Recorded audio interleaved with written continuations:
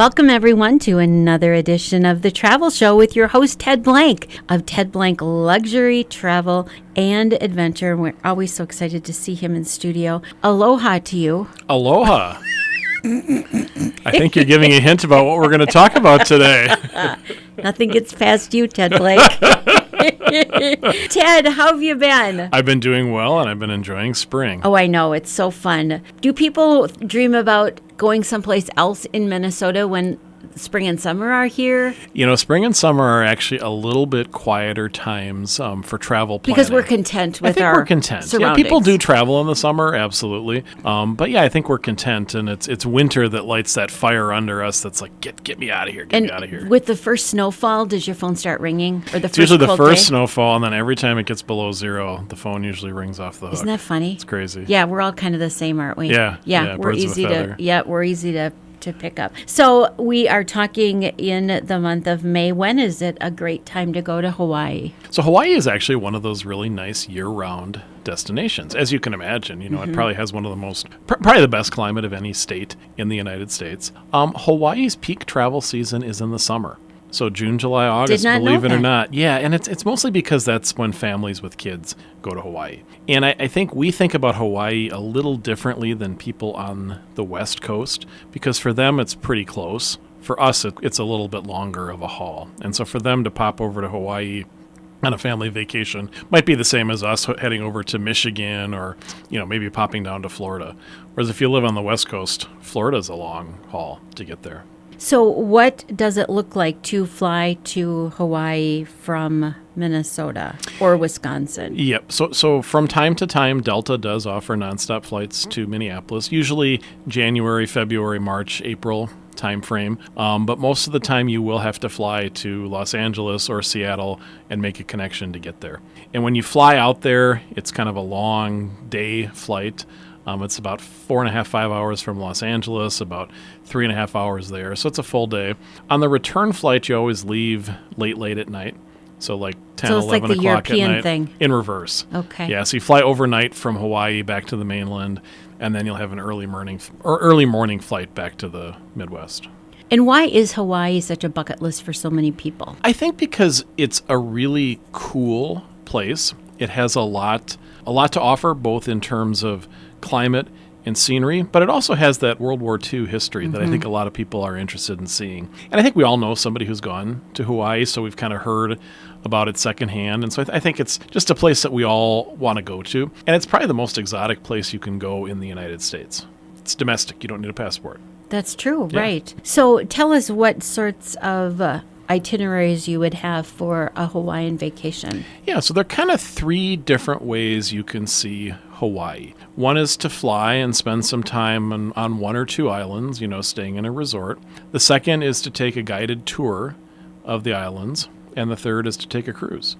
So maybe we'll spend a little time on each of those and kind of explain it. Yeah. So, I think a lot of people, when they imagine a Hawaii vacation, they think about hopping on a plane, flying usually to the island of Oahu, to the city of Honolulu, spending a couple days there, maybe on Waikiki Beach, seeing the Pearl Harbor, the USS Arizona, USS Arizona Memorial, maybe going up to the North Shore to see the surfer dudes up there, see the pineapple plantations, and then you hop on a plane and fly to one of the less populated islands like Maui or Kauai, and stay in a resort on a beach. And so that's a very popular way to see Hawaii. You kind of have two vacations in one. Honolulu is a big city. And Waikiki Beach is an urban beach. I mean, it's almost like a beach in downtown Chicago.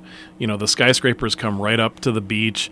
It's a busy public city beach, beautiful, beautiful white sand. But Honolulu is a very, very busy place. And so most people will spend 3 or 4 days there, a day or two on the beach, a day or two going to Pearl Harbor, which is really moving. It's very fascinating, and there's not just the Arizona Memorial. There is also the USS Missouri battleship is a museum actually anchored in Pearl Harbor that you can go visit. And one of the cool things you can do is you can actually go flight seeing over the island, and you can actually kind of recreate the path like the Japanese fighters Wow. took or the American fighters took, and so you really get a totally different perspective, kind of like why it or how it unfolded when you've had a chance to see it from the ground. So that's a really, really neat thing to do. And so then, that trip, would a week we be able to do it? Would 10 days be better? 10 days would be better. A lot of people will do it in a week. With the travel time, you're going to spend, a fair amount of time. You're going to go boom, boom, boom, boom. You're going to go boom, boom, boom, boom, boom. And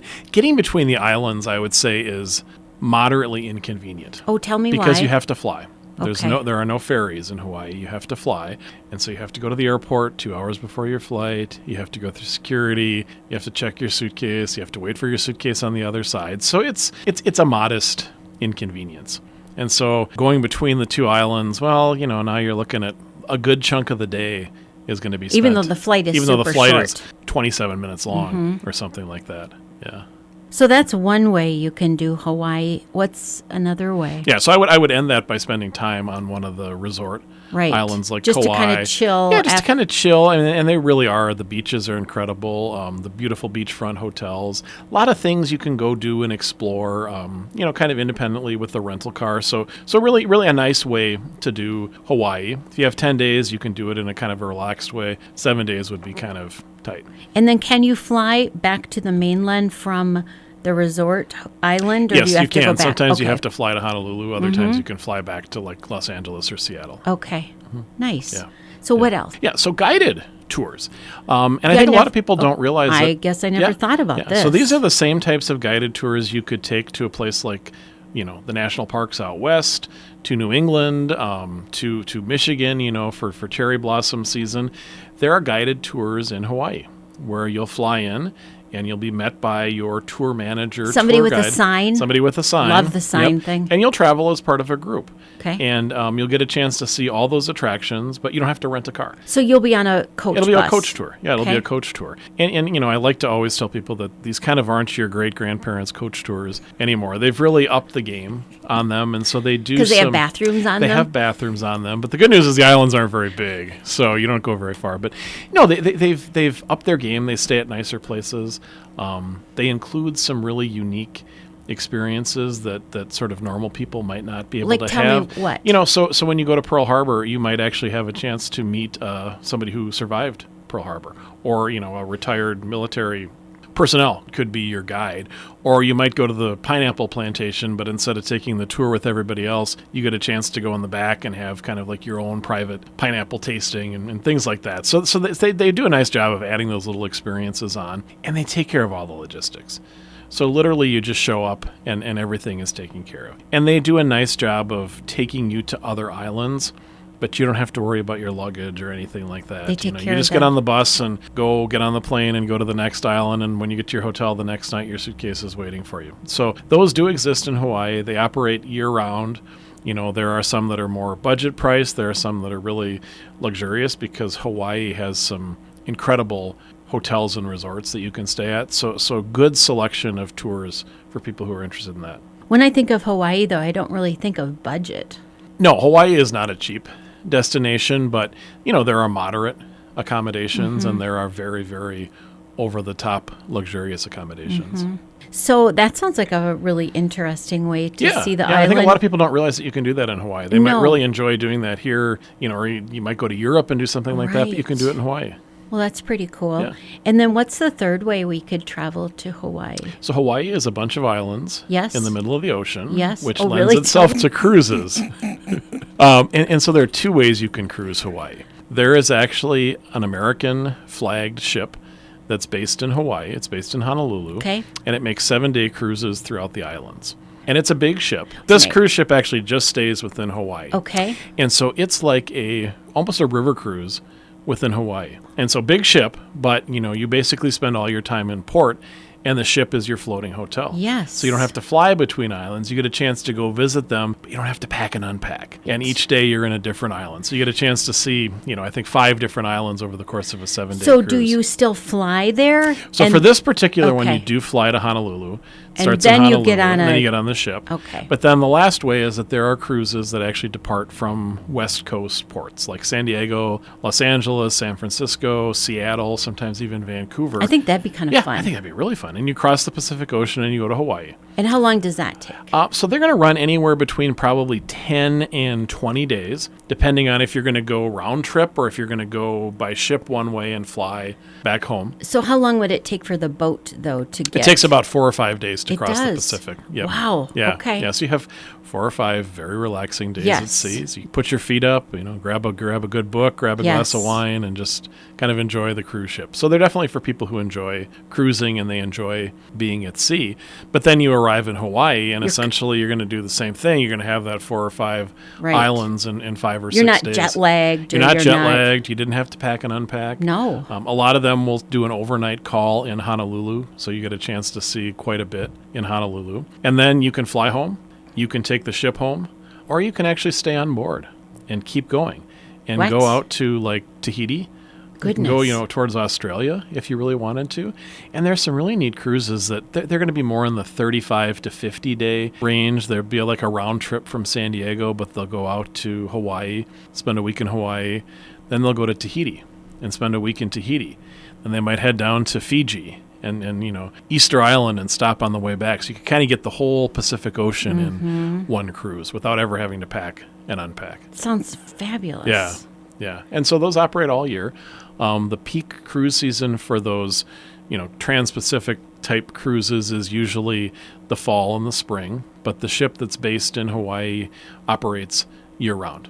So every week you could take a cruise to all the Hawaiian Islands. And is Hawaii kind of the same temperature year-round? Generally, yes. I mean, they have a little bit of a wet season and a little bit of a dry season, but it's actually the islands, they always have like a windward side and a leeward side. So there's one side that's got a little more jungly type vegetation and one side that's got a little more, not really desert, but a little drier climate. But yeah, the climate is pretty much the same year round. And I know that during the height of the pandemic, Hawaii had very tight restrictions. Where do we stand with all of that? Yeah, Hawaii currently has no restrictions for domestic travel. So we don't have to simple. quarantine or any of that business like you did. Okay. No quarantine, no testing, nothing. I love that. Yeah. So those trips seem like they could be more complicated to put together, and you could help us with that? Yeah, it's another good example of where I like to talk to people and understand what they really want to see, because maybe they never considered the idea of going on a guided tour, or maybe they never considered the idea of going on a cruise to Hawaii, because those aren't at the top 10 most popular cruises in the world don't go to Hawaii. And so I love to talk to people, listen to them. If they want to stay at a couple different islands, let's talk about the differences between them and pick the one that's right for you. And how do you flesh all that out? Just lots of questions? Lots of questions, conversation. I really have to listen very actively to my clients. And sometimes the husband wants one thing and the wife wants something else. And so sometimes we have to figure out a way to split the difference and make everyone happy. But that's what's so nice, is that you have so many choices, don't you, these days? Yeah, you do. It really is. Compared to when I was a kid, there are so many more choices, so many more good choices, I think, when going to Hawaii than there were 20, 30 years ago. So that is something that you would plan how far in advance? I would say Hawaii is a place where 6 to 12 months is probably a pretty good window to think about. Some of the cruises, maybe a year or two, depending on how long of a cruise it is. If you're taking a 45-day cruise, probably you need to plan your life around it a little bit, so that sometimes is the complicating factor. Yeah, I know. That's not happening. I can't think a week ahead sometimes, let alone for 45 days. But yeah, and particularly in our spring break season and then in the summer, Hawaii books up really, really fast. Other peak time is around Christmas. And so I bet you'd be very hard pressed to find a place to stay this Christmas of this year, and I bet Christmas of 2023 is already probably 65% full already for hotels, believe it or not. And is this something that you would recommend a family for? Is this a couple?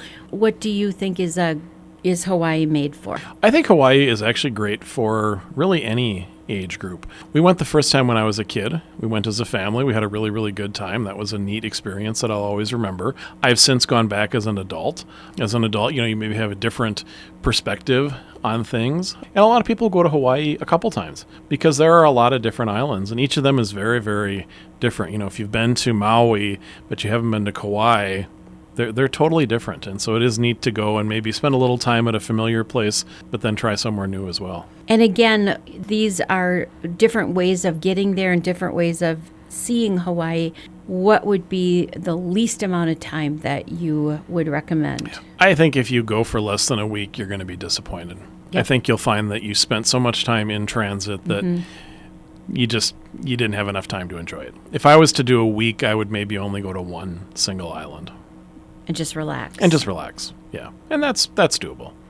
Anything else we should know about Hawaii? They do say aloha. There's actually a building. Yes, there's a building in Honolulu called the Aloha Tower. Oh. And that's where the cruise terminal is. Okay. So if you see a big building that says Aloha and you follow your nose there, you'll end up at the cruise terminal. Everything is expensive in Hawaii. Just, gas, rental cars, food, all those things are a lot more expensive because everything has to come either by boat or by plane. And so, if you're looking for a budget-friendly destination, Mexico is going to be a way, way, way more budget-friendly destination than Hawaii.